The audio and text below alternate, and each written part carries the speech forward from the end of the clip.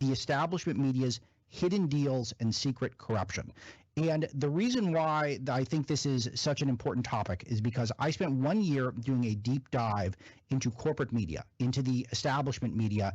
And really what I try to illustrate with this book, and I think if you pick it up, I think you will never look at the media the same way again, is I emphasize all of the filters that are put on all the news that you see. And a lot of you know that the media swings liberal. They're left of center. They have a liberal bias. Well, it goes so much more beyond that. It goes into the point where they are framing their news to set an agenda. And I think this fits in very nicely in terms of what is the news of the day, because it is no longer just about a left-right divide. It is about moving the news in order to put it in a direction that sets a narrative. And this narrative is something that benefits these corporations that are in charge of everything you read and everything that you see and much of what you listen to as well. And so a couple of the revelations that you're going to see in this book is deep ties between the Chinese government and the elite American media. Now, I'll tell you that this fits in well with what's going on in the news right now, because, again, there's all this discussion about where was the origin of the coronavirus. Do we even remember that the Chinese coronavirus was from China? So much of America does not contemplate that. The next thing that's in there, tricks the media use to contort every story to fit its agenda. And what I mean by this is I give you a code that you can break down. When you're reading a story in the New York Times, you're not just reading a story, you're reading spin. And I give you the codes to be able to break down what you're reading and when, meaning if it's a front page story on a narrative that is not a left of center pro-globalist, pro-corporatist narrative, it's going to be framed differently than something that is a pro-America First MAGA narrative, if that story even makes it. I give you some of the tools. One thing that Charlie was very excited about the last time we spoke, you're going to get to meet the big tech heiress who bought the institutional left and became the new Soros. So that is an amazing thing that you will learn if you pick up the book on Tuesday, and I don't think you'll be able to avoid this one. I think once this comes out, people are going to be talking about it, as well as so much more. And I'll get into some of that throughout the day, but again, if you go to alexmarlow.com, you can pick it up today, and I'm very appreciative for the time to plug away at this, and it's very kind of Charlie to give me the platform to do so. But I think this will wildly change the way you look at media and news, and I think you'll learn a lot. A year of investigative research. Peter Schweitzer, who is the top investigative journalist, I believe, in America, says that everyone wants to criticize the media, but not many have the goods. Alex Marlow drops fact after fact in this devastating portrait, a must read. So I think you guys won't be able to miss it, and I will be back on Charlie's show to talk about it when it's out on Tuesday. So if you want to show some support, I highly appreciate it, because we don't want this to get canceled. Cancel culture is real. Cancel culture is legitimate, and they're not going to want this book out because it gives away so many of their tricks. Like, for example, how the coronavirus became God's gift to the left. And we see it today with so much of the control that is taking place by our federal government. And the coronavirus has become so much less about science and so much more about trying to set a narrative where the government controls you, and now the corporations control you as well. If you think the vaccine passports or the mask mandates have been more emphasized by the government, I disagree. I think it's more about the corporations. The government has given us recommendations like the CDC, I think increasingly less credible over time. As time's gone on, I think that these recommendations have been become clear. With the masks are at the start, you were not supposed to wear masks, then you had to wear masks, and now we're at the point where even if you're vaccinated, you're supposed to wear a mask outside. Did you guys catch the latest CDC guidelines that came out where they were actually recommending even if you've been vaccinated, then you should still be wearing a mask outside in certain circumstances? And now they're confused about that. Fauci was out there yesterday suggesting, well, maybe you shouldn't wear masks outside, but they're not clear. And why aren't they clear? Because the chaos is used as an excuse for the establishment left and the Democratic Party, who's in charge, to try to control more of your freedoms and to control your mind. And this is the thing. All we need is some consistency. All we need is some incentive, and all we need is some clarity. But we've gotten so far away from the science and so towards better safe than sorry, or listen to the government at all times. Listen to the establishment at all times. Do not question. Just blindly go through life. Put on your face diaper. Never take it off, even if you've been vaccinated. So why would you want to get vaccinated if you don't get any privileges for it? Well, just trust them. Just trust Dr. Fauci. Just trust the CDC. Just trust Rochelle Walensky. All these people I'll be coming back to throughout the show today. And I will also be pointing out some good news. And a lot of that comes out of Florida with Governor DeSantis, who is now giving people clemency. He's pardoning anyone who's been charged for defying the COVID rules, the coronavirus rules, the Chinese virus rules. This is very cool stuff. And a lot of people who had actually been charged with crimes for doing things that were simply free will. Stuff that we used to associate in America with the essence of our country, freedom, individualism, those became crimes for a moment in time over the last year. And DeSantis pardoned a bunch of these people. More to come when we come back on The Charlie Kirk Show.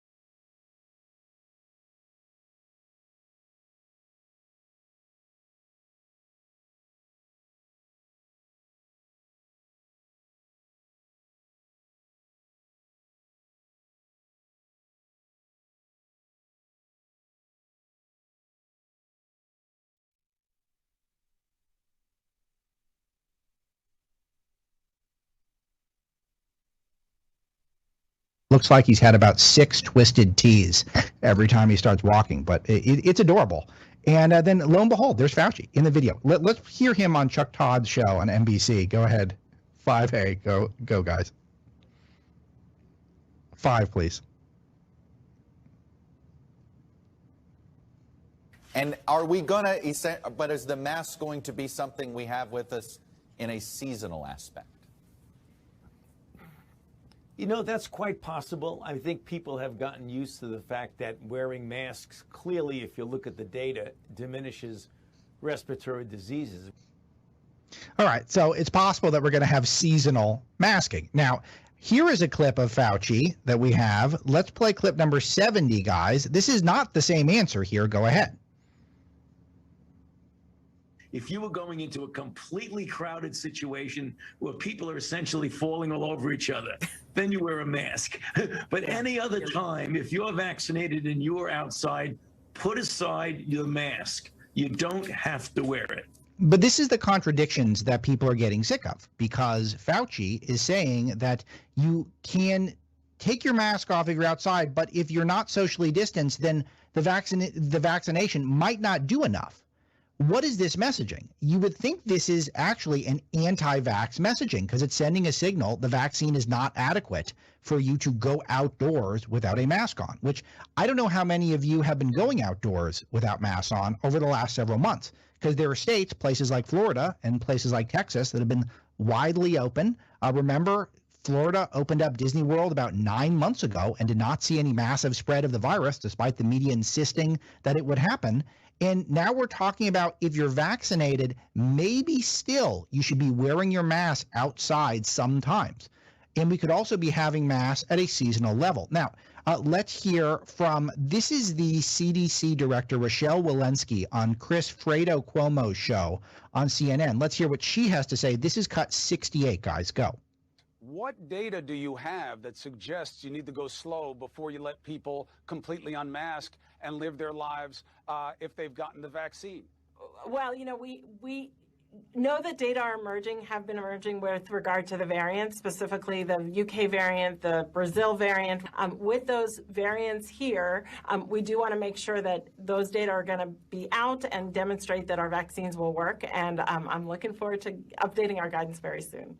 So they can't even update the guidance. So it might be unsafe for vaccinated people to unmask outdoors, according to the CDC director. Right as Fauci says, if you're outside and you've been vaccinated, you don't have to wear a mask unless you can't socially distance. Then you do have to put the mask back on. This is so inconsistent. And that is part of the problem if they would like Americans to start being unified on the topic. It feels entirely political. And people on the left have made it political, even though it's so clear that the masks, the places that had the most masks, did not necessarily do better with the virus. And why? How could that be? It's because the institutions have lost so much credibility. The institutions have come to a place where when we hear something coming out of the CDC, we hear something coming out of Dr. Fauci, then we don't know whether or not it is a political statement or whether or not it's a scientific statement. And I'll tell you, those of you who live your life and have not been sequestered in a bubble for the last year, which I'm sure most of you haven't, then, you know, I notice stuff like when I'm walking around my neighborhood with my children and there's a soccer game, a bunch of 7-year-olds out there. And I've noticed the breakdown is typically about a third of the 7-year-olds wearing masks, a third of the 7-year-olds not wearing masks, and about a third of the 7-year-olds wearing the mask improperly. My favorite example recently was I saw a kid, he had one of those heavy-duty stiff paper painter's masks, the things you would see painters wear around your house, but he had taken the ear strap and he actually wrapped it around his forehead and was wearing it like a visor. So I don't know if Dr. Fauci thinks that's a adequate usage of the mask, but no one will clarify what is the truth, what is necessary, and what is something that is just these bureaucrats who live for power trying to use whatever crisis they have available to them to try to make it so that more Americans lose freedoms to be subservient to the collective. That is what it appears to be. That's why they can't message on the masks. And this connects very well to the rest of the news items with an encroaching government. Be right back.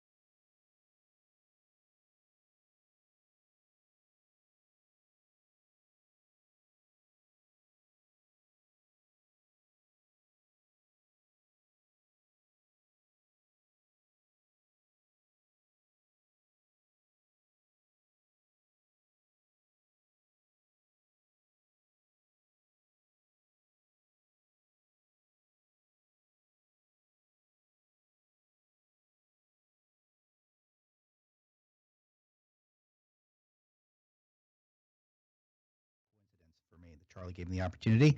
It is about my deep dive, a year of investigative research into corporate media. And one of the things I talked about is how the media used the Chinese coronavirus to make it an anti-Trump narrative. And I tell the full story of what went on, what their motivations were, and how well it actually worked, which was it was surprisingly effective. So that's I think a very important, there are a lot of lessons to be learned about how much we are supposed to roll over to the establishment media and how accepting we were of their narrative about the virus very early on.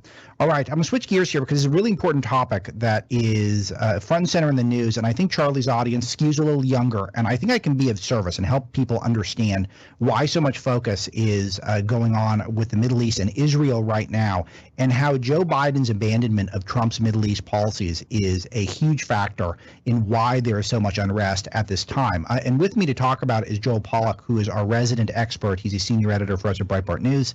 He hosts a show called Breitbart News Sunday on SiriusXM's Patriot Channel, and he's the author of many books, including a recently released book on Israel, an ebook. Joel, give me the title again of the ebook, and then we'll get going. Well, I've got an ebook coming out tomorrow called The Zionist Conspiracy and How to Join It, about Israel's positive achievements and what people can learn from them. And I timed the launch of that book for May 14th, which is the anniversary of the reading of the Declaration of Independence in Israel in 1948. I had no idea, of course, that Israel would be in the news like this, but it is very timely because it talks about how Israel has overcome so many challenges and how there are lessons in Israel's experience that could help everyone, including the Palestinians. So that's coming out tomorrow. So one thing that is important to note is this is, just like just about everything else, a media story. It's a media story because the American media portrays what's going on as a clash, as something that is unrest, an uprising. It's something that makes it seem like there is moral equivalence between the people who are lobbing rockets and the people who are trying to defend themselves. And a lot of this goes back to some real estate deals, really sort of a land deal and a court case about this land deal. And this has been used by Arab nations, those who are funded by Iran and others, in order to try to villainize Israel in the world media. And again, it's been wildly successful. Let's talk about the origins of this crisis and then some of the details that we're seeing. Well, the origins of the crisis go back to the fact that Palestinians have not yet accepted that they need to live in peace with Israel. Many ordinary Palestinians would like to live in peace with Israel, but the leadership of the Palestinians, and especially the terrorist organization known as Hamas, which rules a territory called Gaza, they've decided that they want to wipe Israel off the map, or at the very least allow someone else to do so. Even the Palestinian Authority, which is supposedly moderate and has various kinds of agreements with Israel, they preach this sort of propaganda in their schools, and they pay stipends to terrorists and their families. So there's a general refusal of Palestinian leadership to stop attacking Israel, stop inciting people to hate Israel, even the ordinary Palestinians. Many of them just want to get on with their lives. Now, Israel has made a lot of progress over the last few years in terms of peace with other Arab countries, but the big factor driving unrest in the region today is Iran, and the Iranian regime sends money and weapons to Palestinian terror groups and encourages them to hit Israel. In fact, this week, during all the violence, the Iranian government is encouraging the Palestinian terrorists to keep doing more of it. And if you look at some of the weapons Palestinians are using, some of them are homemade, but some of them are imported or smuggled from Iran. So that's the broader big picture. In the more immediate sense, you had 4 years of Donald Trump, who was determined to stand with Israel, stand with our other allies, and as a result, we had 4 years of relative peace in the Middle East. Joe Biden comes in, and the Democrats decide that everything Trump does is bad, including peace in the Middle East, apparently. So they start pulling out support from our allies in the Middle East, not just Israel, but Saudi Arabia, the United Arab Emirates.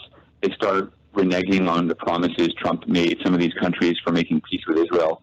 Remember, Trump got all those peace deals done in the last year he was in office, and there were rewards attached to some of those peace deals, like relief from certain tariffs. There were some arms deals in there, but the Democrats decided to reverse all of that while Joe Biden goes looking for another nuclear deal with Iran.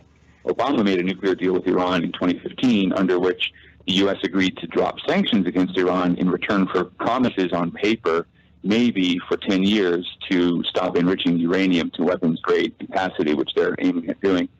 But the Iranians broke their promises, and Trump pulled out of the deal. Now Biden is trying to appease the Iranians, so he's busy irritating all of America's other allies, including Israel. He also hasn't even appointed an Israeli ambassador, I should say a U.S. ambassador to Israel, which is something Trump got done right away when he got into office. So basically, in general, Biden's been projecting weakness. He's been telling the world through his actions that the U.S. isn't going to stand with Israel. And the Palestinian terrorist groups and the Iranian regime got a clue, and they started stepping up attacks on Israel during the month of Ramadan, which is just about to end. Moreover, there's a political crisis in Israel. There's a government that hasn't formed yet after the elections last month. So basically, the Netanyahu government's still there, but there's kind of a musical chairs as the different Israeli political parties try to figure out what they're going to do.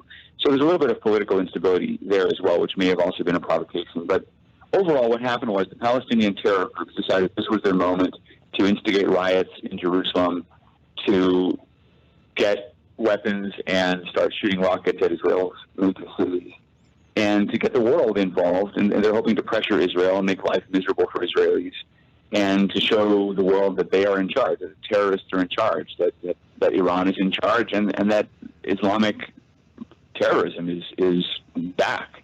So Joel, there's a couple of themes I'm seeing in this. First of all, it is the media theme I know, which is when you see things like we have a story of Breitbart today, how an Israeli boy killed by a Palestinian rocket. He loved Ninja Turtles and his life.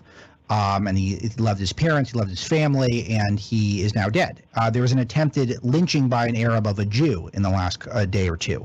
These are the type of things that are not going to make the establishment media, because they blow up this narrative that it is actually a Palestinian rocket killing a Arab Israeli 7-year-old girl.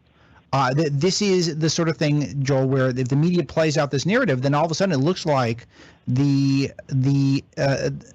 anti-Israel side is the pro-terror side, and that's not what they want. They want the Rashida Tlaib narrative, where Israel is some sort of an apartheid state, even though Arabs can peacefully exist in Israel and Jews cannot peacefully exist in most of these Arab territories, not to mention gays and others in a lot of these cases. And yet this does not penetrate the establishment media. And part of the reason it's not is because of Donald Trump, the bad orange man, who has to always be portrayed as wrong, even when he's right. And Trump's Middle East policy was a combination of peace through strength, which is sort of this Reagan-esque notion that the stronger you are, the more stable the region's going to be. And he was also very unpredictable. He would occasionally bomb a terrorist unexpectedly, and this keeps people on guard. The other thing he did is he cut deals with people so that people benefited financially from peace in the region. This is his art of the deal approach, which was wildly effective in the region, maybe the most effective of any of the former president's policies. And Biden just seems like in a total rush to run away from that. Do you have a sense of why and what longer-term implications it could have? Well, there are a couple of different reasons why. It's hard to know exactly what's going on in the Biden administration, but I think what's happened over the last week is you've seen some of the new appointees in the administration who have more left-wing views, some of the younger people, some of the activists, people who might ordinarily have been associated with Bernie Sanders and the Rashida Tlaibs of the world. They took the lead initially, I think, in responding to the crisis, and so they put out a lot of statements that were either very wishy-washy or, in some cases, actually anti-Israel. What seems to have happened is some of the more seasoned people have taken over, not only because Biden's stance was a disaster politically, but also because it was a disaster for American interests. When we look like we're supporting terrorists and we're not supporting our allies, it hurts our ability to do things in other parts of the world. So I sensed a bit of a shift yesterday in the Biden administration's approach. You saw Joe Biden come out and say he talked to Benjamin Netanyahu and said that he believed Israel had the right to defend itself. You saw new statements, second or third statements being issued by the White House that were a little stronger in their support of Israel. And also, this is not nothing. The Biden administration is blocking a UN Security Council resolution that would try to intervene in the conflict, and that gives Israel more time to operate and take out the terrorists, which is very important. So I think the Biden administration has made some course corrections in the last 24 to 48 hours, but initially their response was really bad. Joe Biden, first of all, was nowhere to be seen. He did not show strong solidarity with Israel.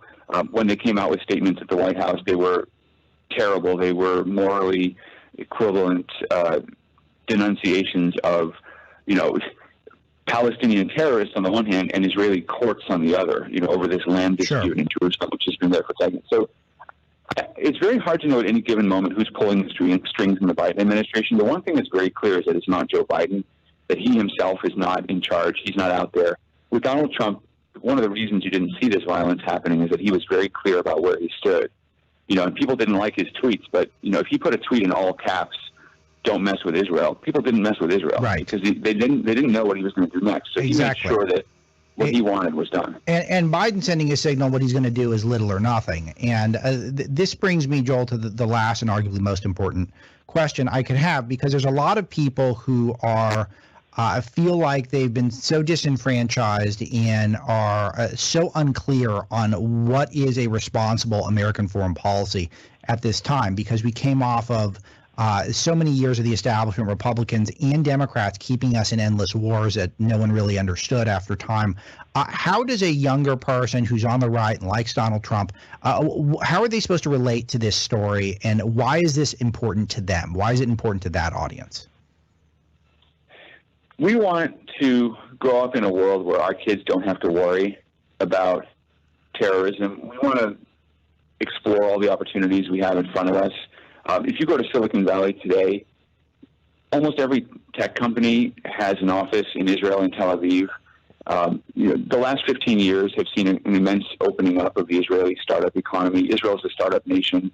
It's been this incredible exchange of ideas and entrepreneurship between the U.S. and Israel once terrorism was brought under control by things that the left didn't like a wall on the border, like the Iron Dome missile system that keeps the rockets off the heads of Israelis. So all of these things are possible when you stand up to terrorism. And we have a world of opportunities opening up. I mean, the peace deal between Israel and the United Arab Emirates, for example, was creating huge amounts of tourism and entertainment, people going back and forth between and not to mention all this tech entrepreneurship and all the stuff that I think resonates with freedom-minded young people. And I think it's very little cost to us here to maintain this incredible strategic partnership. Joel Pollock, thank you so much. We'll be right back. I'm Alex Marlow.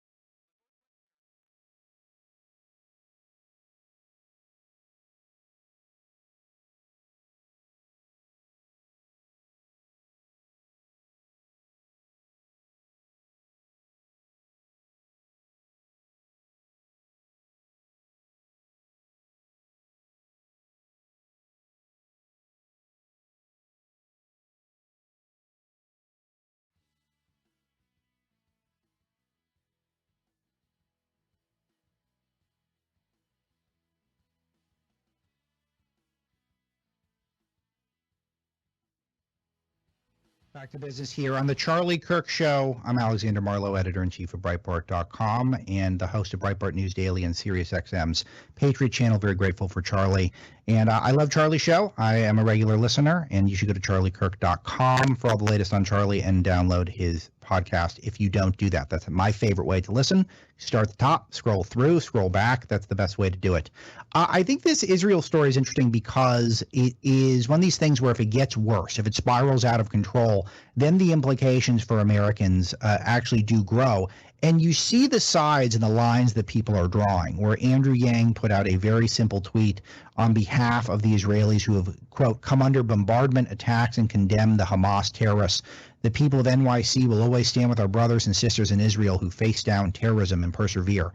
And he had to walk it back because the cancel mob came for him, as did Gal Gadot, the actress who is Israeli. She plays Wonder Woman, and she said something nice, and then she came under attack. And then we're looking at anti-Israel marches breaking out in Chicago, Israeli flags being burned in synagogues attacked in Germany, Arab riots boiling over in Israel itself. Because remember, there are Arabs who can live comfortably in Israel. Where can the Jews live in the region other than Israel? Not many places, if any.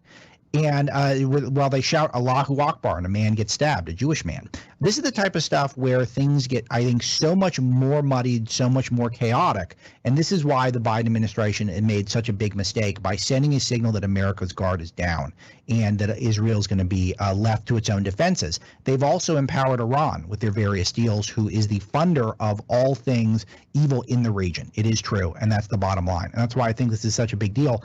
And yet you have folks who have been pro-Israel for most of their lives, namely this Never Trump contingent of the Republican Party, who is focused on other stuff, focused on non-news items, like, for example, the ouster of Liz Cheney from Republican leadership, which affects people's lives almost not at all. Liz Cheney was someone who voted with Trump a lot, but then turned on him during the impeachment, and she didn't understand that you can't lead a party that sees themselves at war, figuratively speaking, with the left. And they see our party, the Republican Party, the conservative movement, as people who are under constant attack, bombardments of attacks from the left on a 24/7 basis, and she threw down with them. And she continues to do so. She will not back down. We've got some clips to this effect. Let's play one. Let's do 50. Can we play clip 50, folks? Go ahead.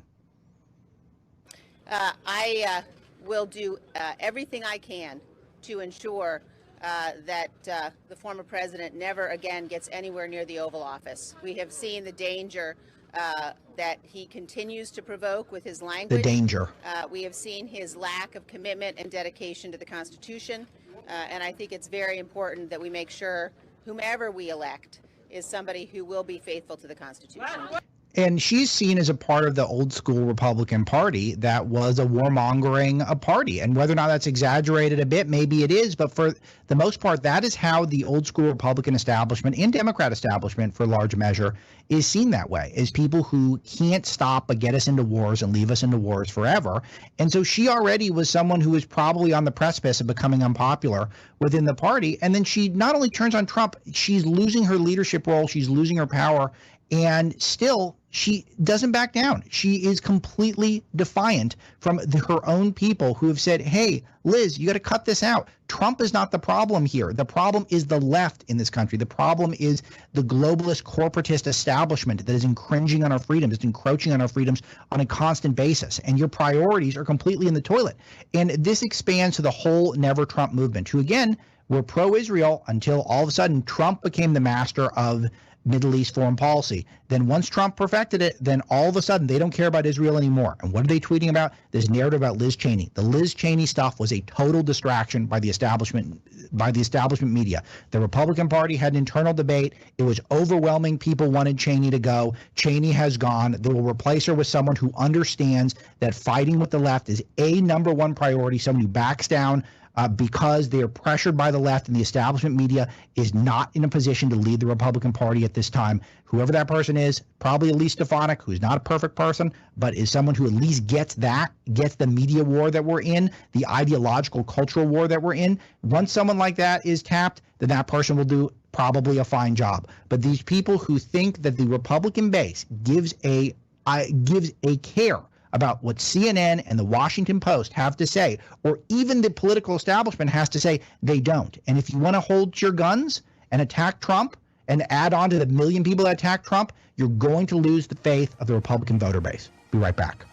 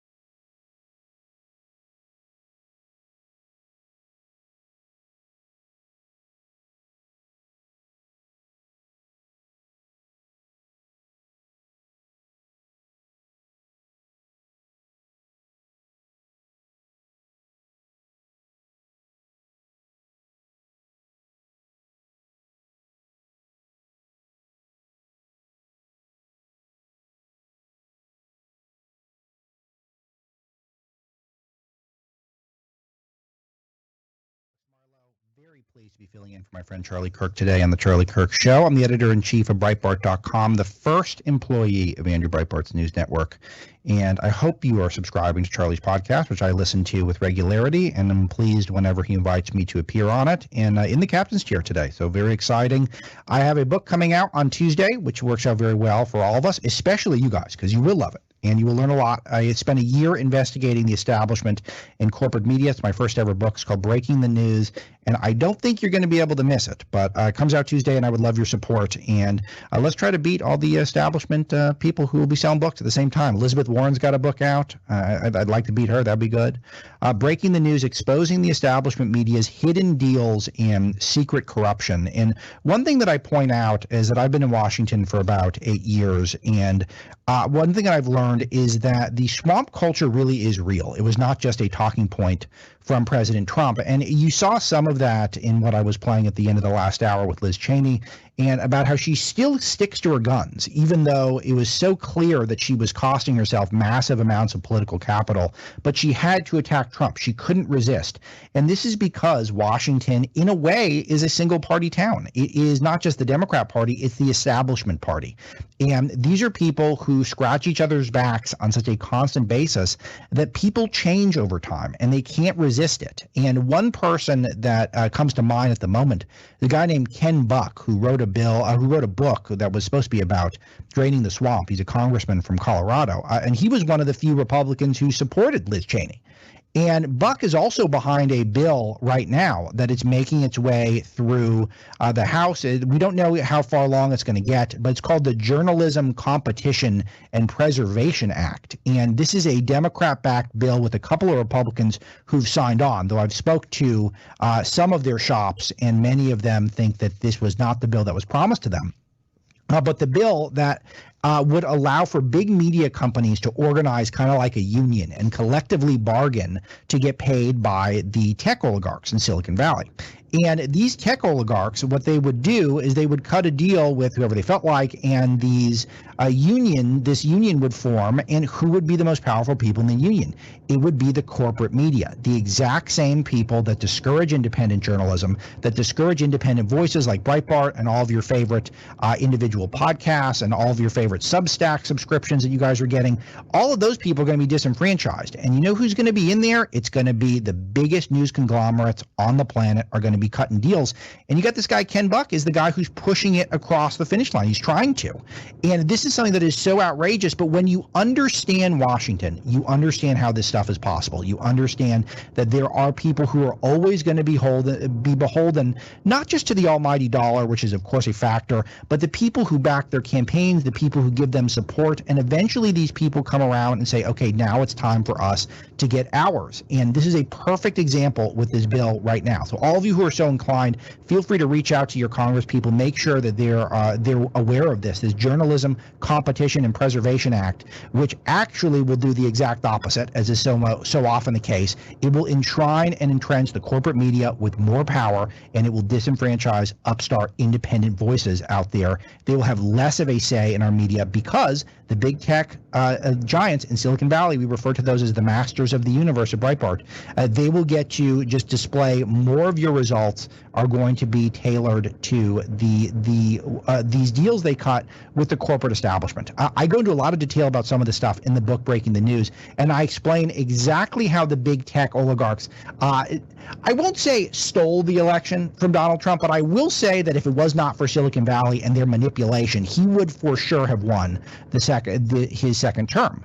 And part of the reason why it didn't happen is because Republicans did not push forward any sort of meaningful legislation or regulation that could have rolled back the power of big tech or broken them up in the run-up to 2020. So it's not as simple as just saying it was stolen. But I'll tell you right now, the oppression of accurate stories about Hunter Biden, the oppression of accurate stories that would have made Joe Biden look bad on Twitter and Facebook, for example. In the meantime, Google in early of 2020 turned down 100% of Breitbart's traffic on stories about Joe Biden, if you can imagine that. We were getting, unless, of course, you use the word Breitbart in the Google search, but if you were searching for Joe Biden, the chances of you getting a Breitbart story ever was virtually zero. And we're supposed to expect that is that's supposed to be some sort of a coincidence. If you look at Amazon.com owned Alexa.com, which ranks traffic, Breitbart is consistently among the top 5 pure news sites in terms of traffic across the world. And how we could never rank on Joe Biden stories, where we've broken some of the biggest stories, particularly with Peter Schweitzer, one of our senior editors, and who I believe is the top investigative reporter working in America today. We've led the way on many of the Hunter Biden stories. The New York Post broke a sensational bombshell after sensational bombshell, and if you tried to tweet these things or put them on Facebook, you would either get a note that they were inaccurate or disinformation, or they would just get censored entirely. And who knows about the shadow banning, which takes place as well.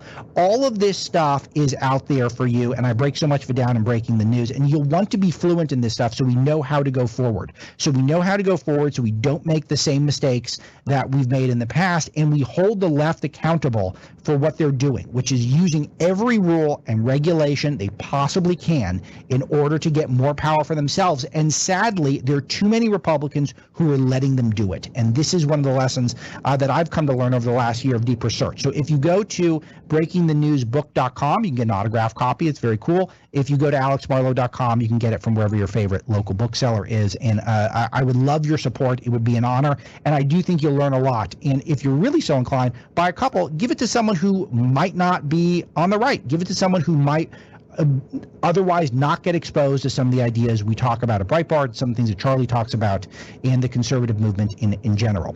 The biggest story right now that is going in America, and one that I'm going to spend a lot of time on over the rest of the show, is this gas crisis that's taking place. And it is really making America resemble a third world nation. And part of the reason why is because we have people who have no idea what they're doing who are in charge. The lunatics have taken over the proverbial asylum. And one such person is Pete Buttigieg. I don't know how many edges he uses. He uses multiple edges. I always lose track. Buttigieg. 3 edges. I don't know. Anyway, he's a guy who was running a small town a couple of years ago, and then he was okay sprouting Democrat talking points on Morning Joe, so they put him in charge of the transportation department. I don't know if Pete knows how to fill in a pothole, but he's now in charge of all transportation for the United States, and now we are in the biggest transportation crisis we've had since the Carter era when it comes to gasoline and massive gas shortages and lines for gasoline, if you can even get gasoline. In my neighborhood, it is out completely in Northern Virginia inside the Beltway swamp. And not to mention, so much of the world relies on gas, so much of the country relies on gas beyond just using your cars. But then you hear people like Jennifer Granholm, who is the energy secretary, who's kind of excited about it. She says, if you drove an electric car, this would not be affecting you. And now you see what the Green New Deal agenda is all about, is they don't hate when there's a gasoline crisis. They don't hate when gasoline is $3 a gallon. Why would they hate it? Because it illustrates the point they're trying to make, which is that we should be getting off of fossil fuels. We should all be taking choo-choo trains to work, or we should be taking choo-choo trains on our vacation, and we should be hauling and shipping stuff across country via choo-choo train. And once we have enough of a network of choo-choo trains that American taxpayers fund, then we'll be A-OK. And those of you who want to drive a car or power a generator or power a lawnmower or do anything that requires gas, then you're actually part of the problem. It's not the people who have interrupted America's energy sector the way it has been interrupted over the past week. This is a very bad sign and is something that is only going to get worse because of our incompetent leadership unless people start getting involved. And I'm talking about not just going to vote. I'm talking about sharing content like this, like Charlie's show, like what we're doing at Breitbart, getting 10,000 people involved in the fight, getting involved in the action, getting them to call businesses, make sure that they're holding people accountable, and let's start being a little more confrontational in a polite way with some people in our lives who voted for this stuff. I had someone who reached out to me the other day who was just apoplectic, a private citizen who had voted for Trump and was so alarmed that no one understands that if Joe Biden wasn't there, this stuff would not be happening. This is a Joe Biden-induced crisis, and this is exactly what many Americans voted for. And we need to speak out, and we need to speak up in a major way, and we need to do it right now. We come back. I'm going to play some clips of how Joe Biden is reacting to this crisis, and Pete Buttigieg, see what the genius has to come up with to comfort us in our moment of strife. I'm Alex Marlow. This is the Charlie Kirk Show.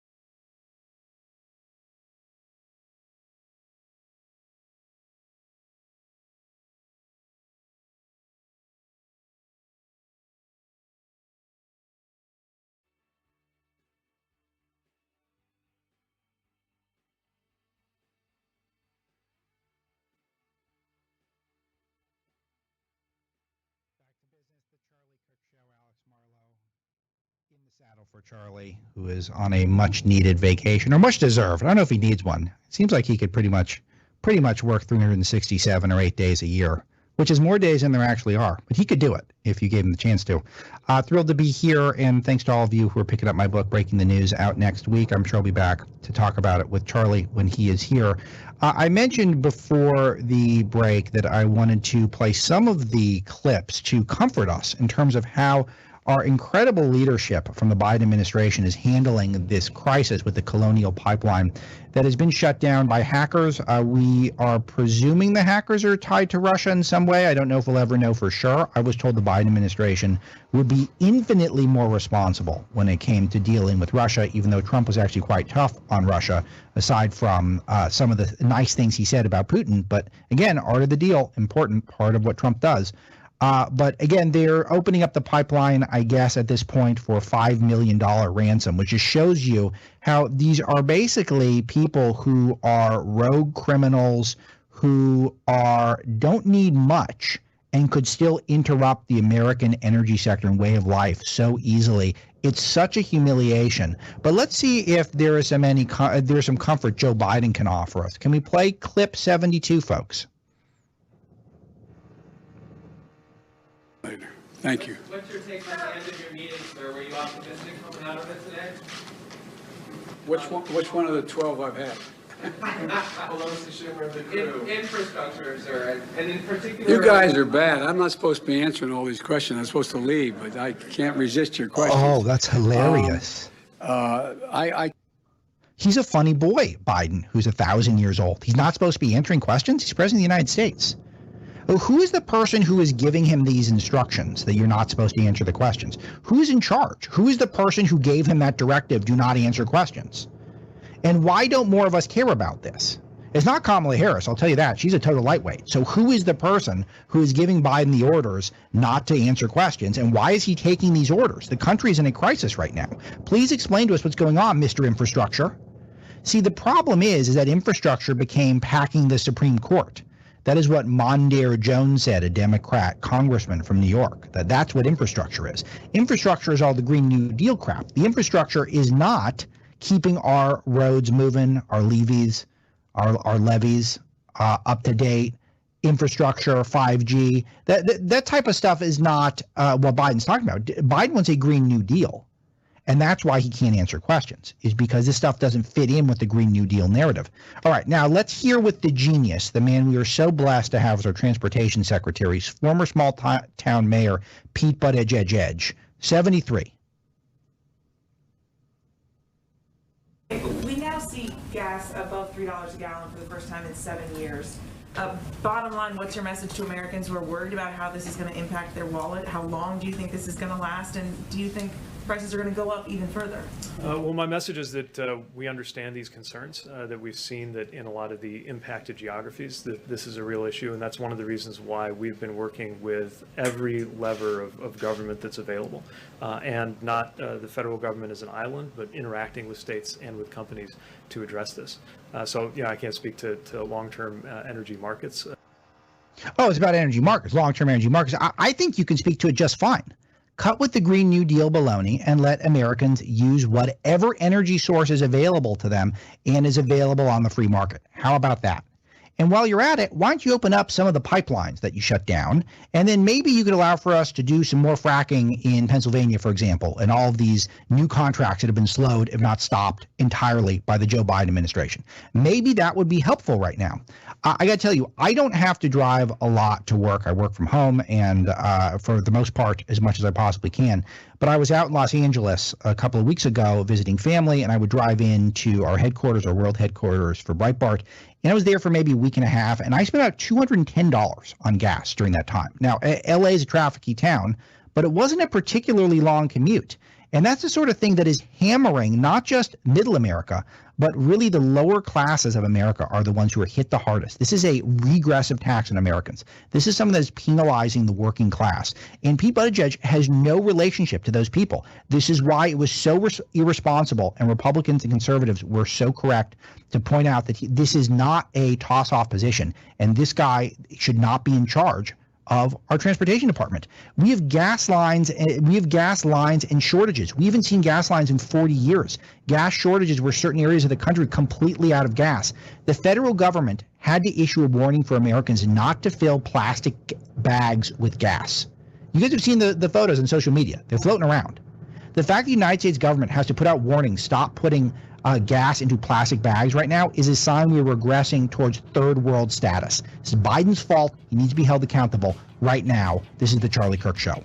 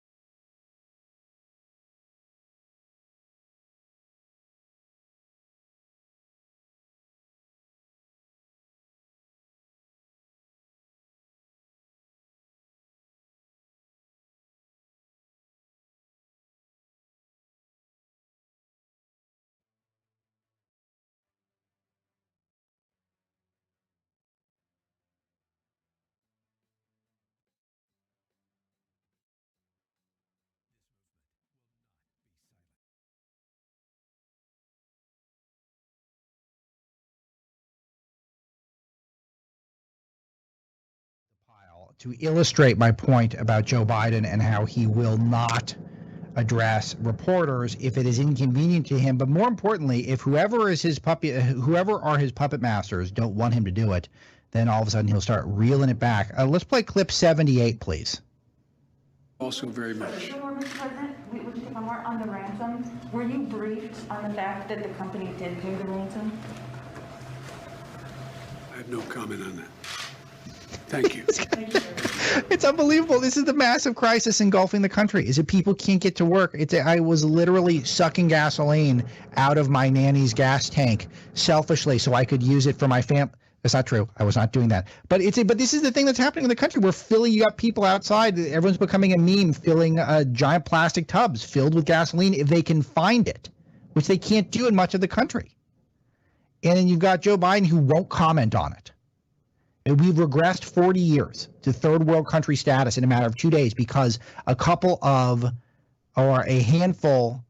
troublemakers online have shut down one of our pipelines. This is such an embarrassment for the country. And if we're smart, then we will think of this as a warning. We will think of this as an opportunity for us to stop making infrastructure about politics and the Green New Deal and about court packing and start making it about whether or not we are protected and whether or not we are operating at an optimal level. That is the point. Give me the Jennifer Granholm clip, everyone. 79, if you would be so kind. Obviously are all in on making sure that we meet the president's goals of getting to 100% clean electricity by 2035. And, wait a minute, is she laughing? Carbon emissions by 2050. Oh my gosh. And, if you drive an electric car, this would not be affecting you, clearly.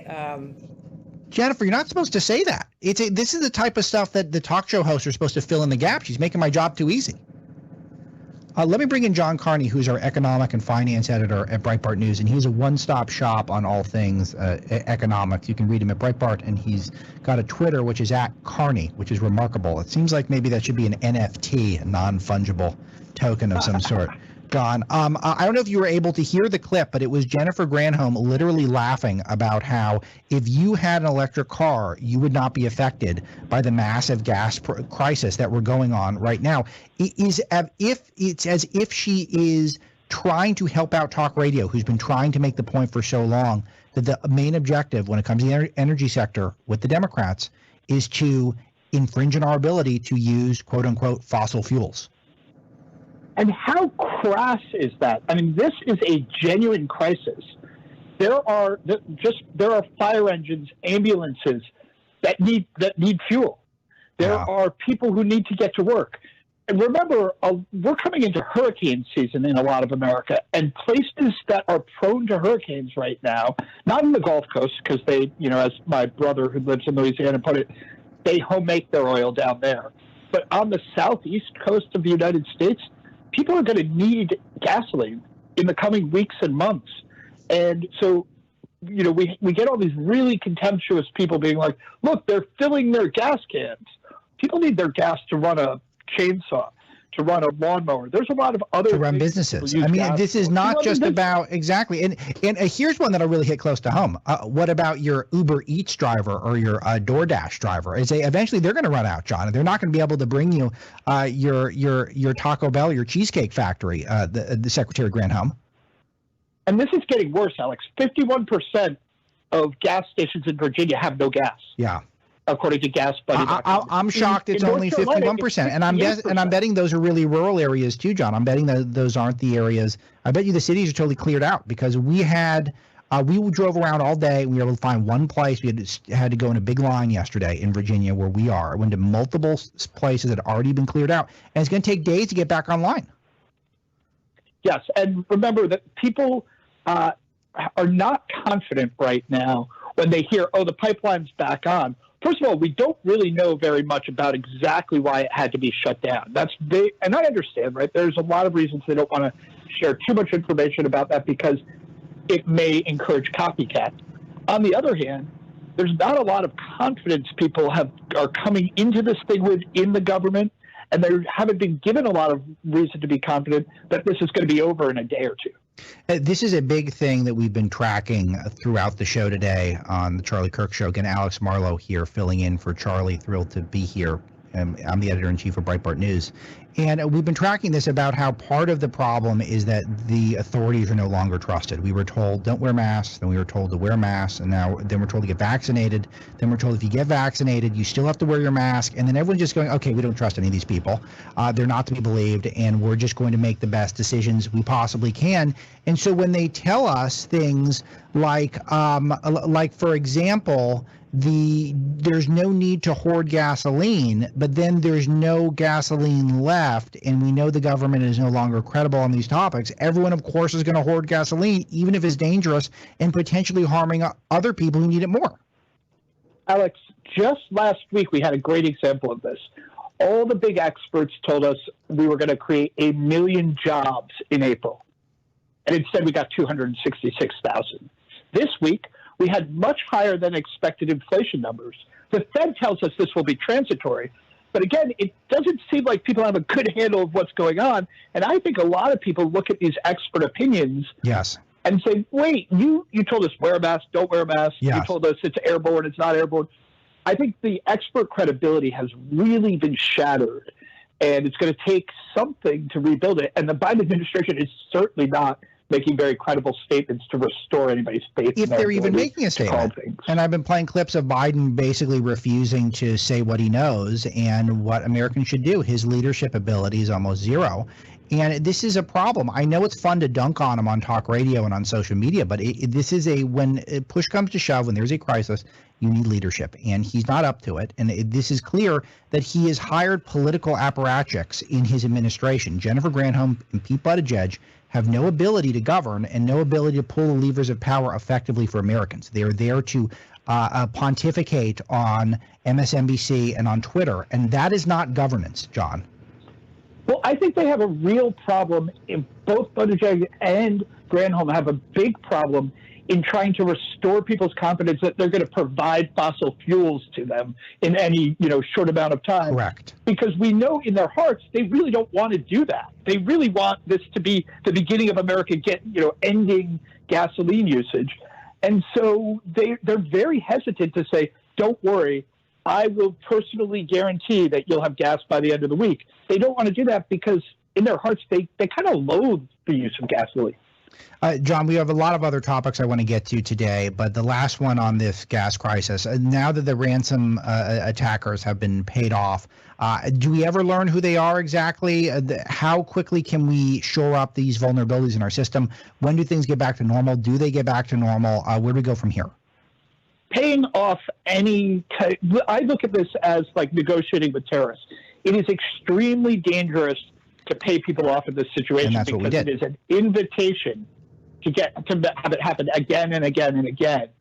And so we lost this one pipeline. Who knows what other critical infrastructure is going to come under attack? Everything's online and everything's digital, and therefore everything's vulnerable. And if we're paying people off, that's a big problem. Okay, let me add a couple other topics on the economy. You notice that the job numbers they're up, they're down, they're inconsistent with prognostications. And then you hear people like Jen Psaki, who is the voice of the White House, and I would like for you guys to tee up clip 41 for me. In this clip, Psaki will give the explanation the White House is offering on these low job numbers. 41, go. On the economy, so employment only rose by about 266,000 jobs in April out of 7.4 million or so job openings. How does the White House know that people are just choosing not to apply for jobs because the extra unemployment benefits are so good? Well, first, let me say that we have looked at the data, and Secretary Yellen referred to this on Friday, or talked about this on Friday. We don't see much evidence that the extra unemployment insurance is a major driver in people not rejoining the workforce. John, this is something we've been tracking at Breitbart. Of course, when the unemployment benefits are too high, people are going to stay home and they're going to watch Netflix. And until they lose their gas, they're going to order DoorDash, and then they are going to sit there and not do jobs that don't pay a lot of money. Of course, that's what's going to happen. Right. And remember that right now in a lot of states, because there's an extra $300 per week, which is a lot of money being paid on top of regular unemployment benefits, people can earn up to what's the equivalent of $20 an hour to not work. So what does that mean? That means if you have a job that pays $25 an hour, you're really only paying people $5 an hour more to work 40 hours a week instead of having 100% leisure. That means a lot of people aren't going to do that because it would be not because they're lazy, but the economic incentives created by this government program are really messed up. Yeah. It was a great thing to do when we were telling people, stay home, don't get sick. Right now, it's absolutely the wrong thing to be doing. We're seeing a lot of tumult in the workforce when it comes to women in particular. Again, we're very pro anyone who wants to be a stay-at-home mom. That's absolutely, you're right. But a lot of women were in the workforce, and they're coming out more easily. They're the ones who are going to be hit most by some of these layoffs and slowdowns. And this clarity, I think, is confusing some of the Democrats, John, because they're just coming around to the fact that women are pretty hard hit in this particular environment. Can you speak to that? Yeah, I think if you look at the data, you see that women's participation in the workforce, the number of women working came down in April, which shouldn't happen when you're expanding the economy.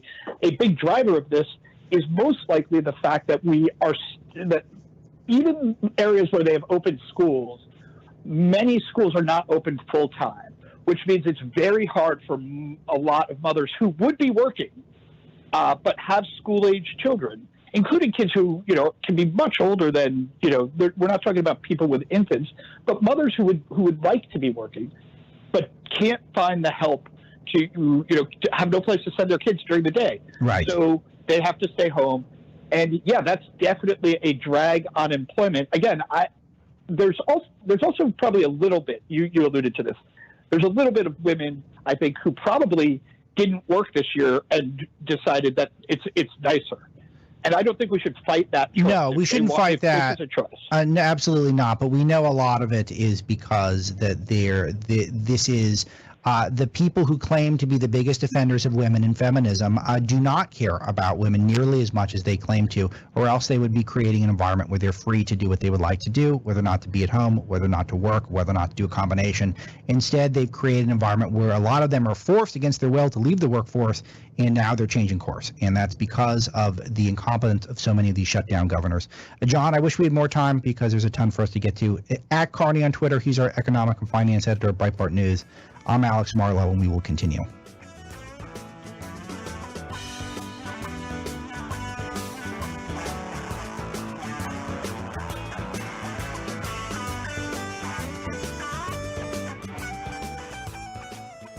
Boy, is equity a dangerous word. Equity means that we will redistribute the outcome based solely on things you can't change. I'm going to say that again. We are going to redistribute the outcome based on things you can't change, like skin color. Or let's just have Ibram X. Kendi describe it for us, who happens to be a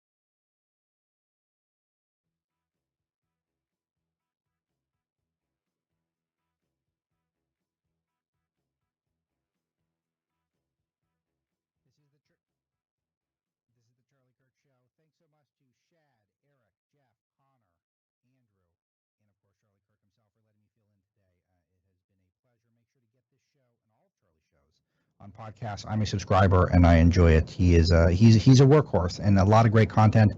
And I do recommend it if you're not a subscriber to the podcast. You should go ahead and do that. If you're interested in what I'm up to, I host a morning show on SiriusXM at 6 a.m. Eastern. That's also available if you have the SiriusXM app. It's called Breitbart News Daily, 3 hours every Monday through Friday, and it's good stuff, and you'll enjoy it. And Breitbart.com, as always, is the home base. I'm the editor-in-chief there, the first employee, and we're going strong, and it's all thanks to you guys. Word of mouth, sharing our content on the social web, the best way to help out.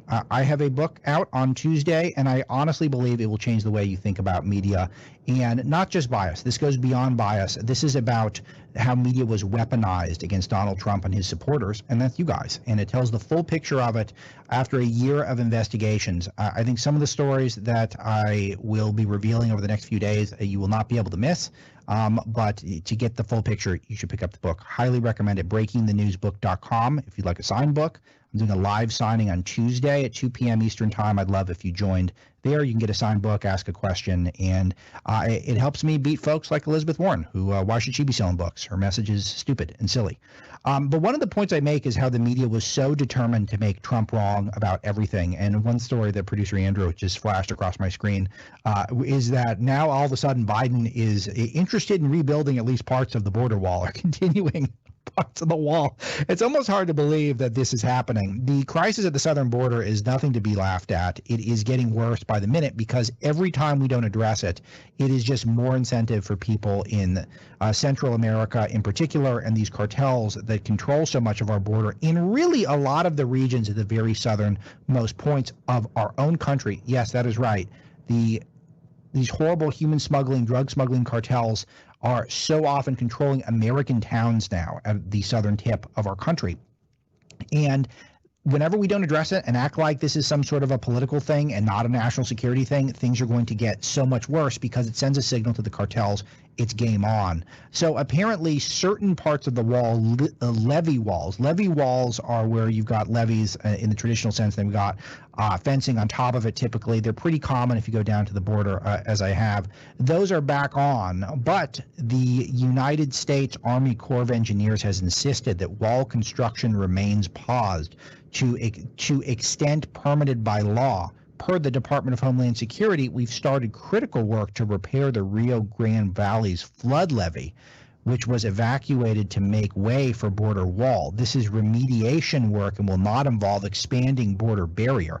And the reason why I kind of chuckle at this is because they're going out of their way to say we're not building a wall. They're really making a big point, even though they are rebuilding some wall and enhancing some wall, they still want to say we're not doing it because they must make Trump wrong. It must be that Trump was wrong when, of course, building the wall was correct. Of course, any country without a border is not really a country. It is really just a blob of geographical landmass that really has no sovereignty.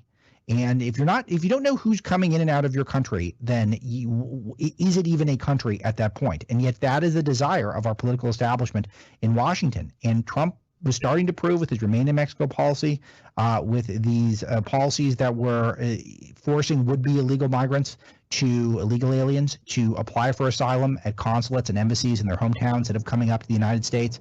All these things that Trump put into place, particularly in the last year of his administration, Biden just undid all of them, and that's why we're having this crisis. And our media is almost completely uninterested, aside from the fact that they kind of dig it. They kind of like it, and that's what's played out here. And there are just too many stories to keep up with, and that's why I always recommend you guys go to Breitbart.com.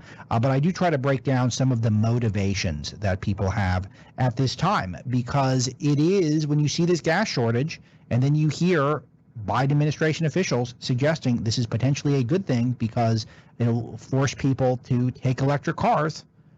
It's interesting, isn't it? They're not fans of Israel. Israel is now under attack. Do you think they're really upset about that? They're not fans of a border because they don't think Americans are that great. Just look at the 1619 Project. Again, which I break down in incredible detail at Breaking the News in the new book out Tuesday. You can get an audio book and however we even have audio CDs. I think it's 9 CDs. It's a lot of CDs. So you can get it however you prefer. But I break down all the falsehoods, all the misinformation that has been allowed by our social media giants just so long as it helps the globalist leftist corporate narrative.